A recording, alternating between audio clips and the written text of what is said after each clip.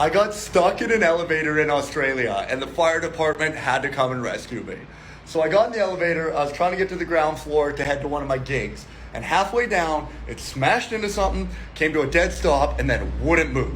So now I just start pushing every button in the elevator, push the button no one's ever pushed, the door open, right? You're always like, someone's coming, shut it quickly. That does nothing. So now I'm like, okay, I'll try to go back up to my floor, because maybe it's like my ex-girlfriend, it just won't go down, still won't do anything. So now I have to push the button that dials out to like an emergency call center. So now it's ringing, and the whole time I'm just sitting there, I'm like, please, I hope the person at this call center speaks English, which of course they don't because they're Australian. Dude, I live here for 3 months of the year. I have no idea what these people are saying.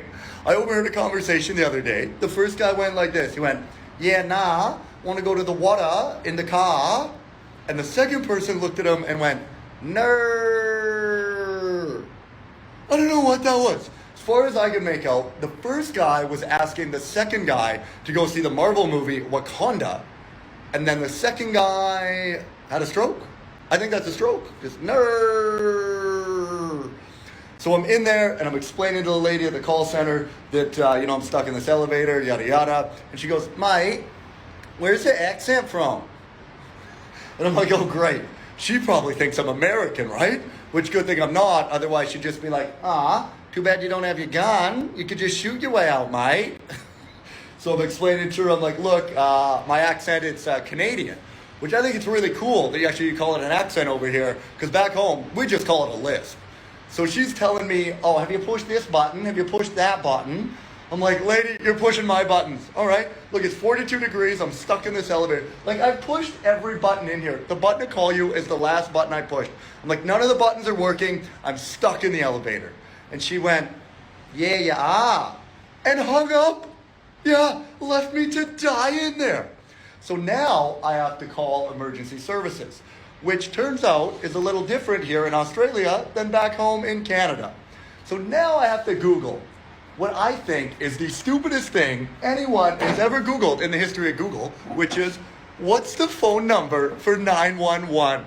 Yeah, you ever Google something so dumb it ruins your algorithm? Dude, like my phone now thinks I have the IQ of a stapler.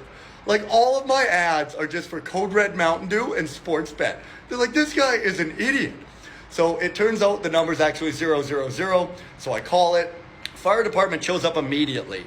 A very quick response time when you're not having to deal with gun violence, apparently. So they come, they pry the elevator door open. They look at each other, they look in and see me, and they go, mate, quickly jump out of there. I come out. And within 5 seconds, the elevator drops the floor. Yeah. And I look at him and I go, hey, what if it did that when I was coming out? And they went, mate, it's a risk we were willing to take. Yeah. I said, we? We were willing? That doesn't sound like much of a we thing. That'll be like me going to a buddy and be like, hey, I'm going to borrow $10,000. I'm going to bet it on the footy game. If they win, I'll pay you back. But if they lose, I mean, it's a risk we took, isn't it?